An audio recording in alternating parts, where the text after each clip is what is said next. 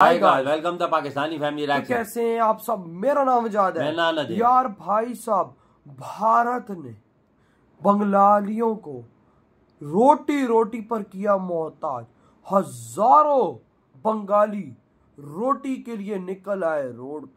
भारत का बांग्लादेश में तांडव। ये क्या बोल रहे हो यार? मतलब के भाई एक एक टुकड़े का उनको भिखारी बना दिया भारत ने। अच्छा। और हजारों बंगाली, लाखों बंगाली रोड पर निकल आए। ना जी यार ऐसा बोला जा रहा है। देखते हैं वीडियो वॉच ये तो वॉच करेंगे तभी इसके बारे में यार हमें भी पता लगे। यार वजह देख, बात इंडिया से जो पंगा लेगा वो हमारा हाल देख लेना। पाकिस्तान का आजकल क्या बना हुआ है। कसम से हमें तो रोटी रोटी के लिए लोग तरस रहे हैं। वही ना, तो वॉच करते हैं भाई, देखते हैं, कौन करते स्टार्ट। दोस्तों, हाल ही में बांग्लादेश की तरफ से भारत सरकार को धमकी दी गई थी और बांग्लादेश की ये बौखलाहट समझ में भी आती है, क्योंकि मोहम्मद यूनिस की तरफ से अमेरिका के अंदर प्रधानमंत्री नरेंद्र मोदी से मिलने की रिक्वेस्ट की गई थी, जिसको भारत सरकार ने मानने से इनकार कर दिया था। और उस दौरे में भारतीय प्रधानमंत्री नरेंद्र मोदी मोहम्मद यूनिस से नहीं मिले थे।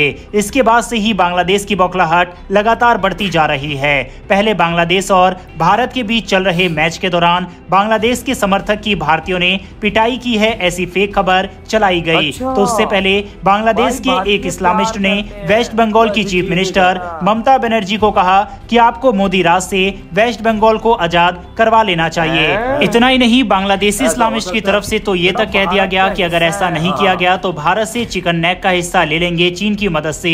यह धमकियां दिखाती है कि किस तरह से बांग्लादेश के अंदर भारतीयों के प्रति नफरत लगातार बढ़ती जा रही है। इसके अलावा 2 दिन पहले ही बांग्लादेश के एक सीनियर लीडर की तरफ से ये कहा गया कि भारत बांग्लादेश को सिक्किम या फिर भूटान समझने की गलती ना करे, यानी कि बार बार बांग्लादेश की तरफ से भारत को प्रोवोक करने की कोशिश की जा रही है। लेकिन जहां एक तरफ बांग्लादेश भारत को धमकी दे रहा है, तो वहीं दूसरी तरफ बांग्लादेश में स्थिति अब और भी ज्यादा बदतर होती जा रही है। बांग्लादेश में हाल ही में हुए इतने सारे प्रोटेस्ट के बाद अब एक और नया विवाद शुरू हो चुका है, और इस बार एक बड़ा प्रोटेस्ट गारमेंट्स कंपनियों के द्वारा किया जा रहा है। आप यूएस न्यूज का आर्टिकल देख सकते हैं, जिसमें लिखा हुआ है टेक्सटाइल वर्कर्स की तरफ से एक मैसिव प्रोटेस्ट बांग्लादेश के अंदर किया जा रहा है, जिसके तहत एक वर्कर की वहां पर मौत की भी खबरें सामने आ रही है।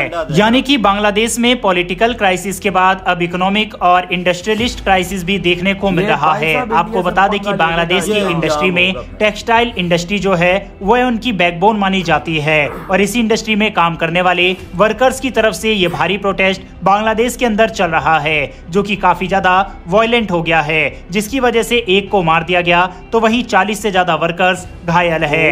इन सभी वर्कर्स ने ढाका के आसपास, जो कि बांग्लादेश की राजधानी है, वहां पर प्रोटेस्ट करना शुरू कर दिया है। बांग्लादेश के अंदर शुरू हुए इस नए प्रोटेस्ट के पीछे कारण यह है कि जब से शेख हसीना की सरकार सत्ता से बेदखल हुई है, तब से बांग्लादेश की 700 से 1000 से ज्यादा गारमेंट से रिलेटेड इंडस्ट्री या कारखाने वो सब बंद हो चुके हैं। अब इन कारखानों के बंद होने से इसमें काम करने वाले वर्कर्स को काफी ज्यादा दिक्कतों का सामना करना पड़ रहा है।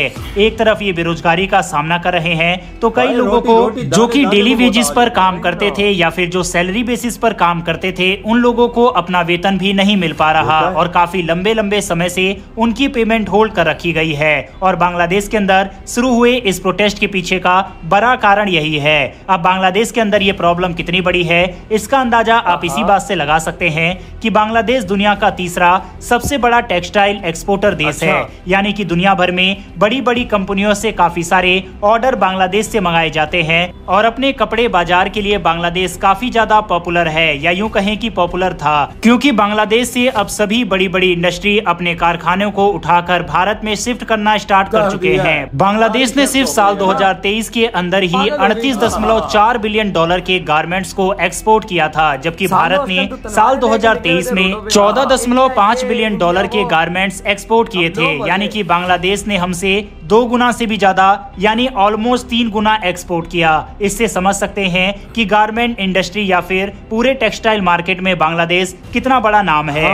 लेकिन जिस तरह की स्थिति बांग्लादेश में बनी हुई है, इस पूरे मार्केट को कैप्चर करने का भारत के पास सुनहरा अवसर है, क्योंकि 1000 से ज्यादा कारखाने इस दौरान बांग्लादेश के अंदर बंद हुए हैं, और लगातार बड़ी बड़ी कंपनियां भारत के अंदर अपने प्लांट्स को लगा रहे हैं। साफ है कि कट्टर Islamic ideology Syria, Iran, Iraq Iraq, Lebanon, Afghanistan, Pakistan, फिलिस्तीन जैसे देशों को निगलने के बाद अब बांग्लादेश को निगलने चला है, क्योंकि बांग्लादेश की सबसे बड़ी इंडस्ट्री यानी कि टेक्सटाइल इंडस्ट्री के बर्बादी के पीछे यही इस्लामिक मानसिकता छुपी हुई है। क्योंकि जिस तरह से शेख हसीना की सरकार को गिराया गया और एक मैसिव प्रोटेस्ट देखा गया, उसकी वजह से दुनिया भर से जो बांग्लादेश को ऑर्डर आते थे वे आना कम हो गए। और आपको ये जानकर हैरानी होगी कि बांग्लादेश की टेक्सटाइल इंडस्ट्री को मिलने वाले 90% से ज्यादा ऑर्डर विदेशों से ही आते थे। अब बांग्लादेश कोई भारत जितना बड़ा मार्केट नहीं है कि अगर बाहर से ऑर्डर ना मिले तो भारत का मार्केट इतना बड़ा है कि भारतीय लोग ही ऑर्डर देने लगेंगे। वहां पर ऐसा नहीं है, जिस वजह से काफी सारी फैक्ट्रीज को बंद करना पड़ा। और जो देश बांग्लादेश को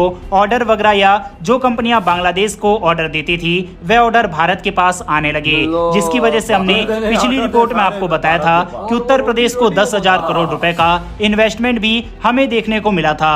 यानी कि बांग्लादेश को अपने किए की सजा मिलना शुरू हो चुका है और इसका फायदा भारत को जमकर मिल रहा है। इस पूरी अपडेट के ऊपर अपनी राय कमेंट बॉक्स में लिखकर बताइएगा। इन्फॉर्मेशन और खत्म भाई साहब, भारत ने वो कर दिखाया जो भाई साहब पाकिस्तान आज 10 सालों से भुगत रहे। बिल्कुल मजा आ गया बंगालियों, रोटी रोटी को वो तरस रहे हो अब तुम्हारे 1000 फैक्ट्रियां बंद हो गई, वो सारी इंडिया में आ गई है मेरे भाई साहब। बंगाली रोड पर कि भाई कारखाने बंद हो गए, अब हमें नौकरी कौन देगा भाई, अब हम कहाँ जाएंगे सालो।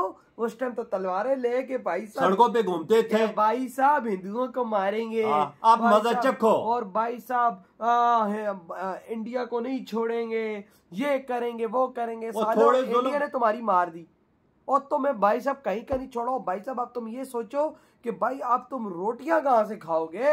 1000 फैक्ट्रियां बंद हो गए, इंडियन शिफ्ट हो गई हैं, वही लाखों मजदूर सड़कों पे आ गए हैं और हुकूमत के खिलाफ जुलूस निकाल रहे हैं कि हमें रोटी चाहिए। रोटी किधर से मिलेगी? इंडिया से पंगा लो तो रोटी मुश्किल है। वही ना भाई, हमारा हाल देख लो, हमने इंडिया से पंगा लिया, रोटी का आटा नहीं खाने। पहले तो रोटी तो बात की बात है, पहले तो आटा नहीं मिल रहा हमें, फिर आटा वो रोटी बनती है ना, आटा ही नहीं है तो भाई।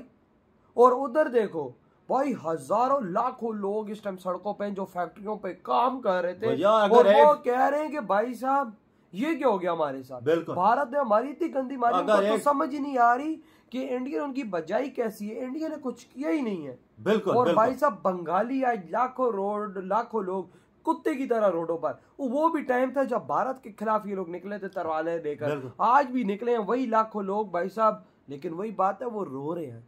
उस दिन हंस रहे थे लेकिन आज ये रो रहे हैं भारत से पंगा लेने के बाद। ये तो पहला अंजाम है इनका, ये तो पहला अंजाम है इनका। आगे 1000 फैक्ट्रियां बंद हुई हैं कि उधर एक फैक्ट्री भी नहीं रहेगी, सारी इंडिया में शिफ्ट। और जितने बड़े ऑर्डर थे बाहर से मिलने या इंडिया से ऑर्डर, वो सारे इंडियन को मिल रहे हैं। वो देखो ना भाई साहब, सारी बाहर की कंपनियों ने अपना टारगेट कर दिया इंडिया पे। और भाई साहब बांग्लादेश में एक ऑर्डर भी इस टाइम पे नहीं आ रहा। ये वर्कर है निकली हुई वजह, इसी वजह से काम ही नहीं है, इनको कोई तनख्वाह ही नहीं दे रहा भाई। फैक्ट्रियां बंद, कारखाने बंद। सालों तुम ही नहीं शेख हसीना को बाहर उठा के फेंका था ना, तुमने बोला था ना कि ये इंडिया की एजेंट है, इंडिया के बगैर स्टेप नहीं लेती। हरामजादो, वो तब इंडिया के बगैर स्टेप नहीं लेती थी क्योंकि उसको पता था कि इंडिया ही ऐसा देश है जिसके कहने पर अगर हम चलेंगे तो कामयाब होंगे।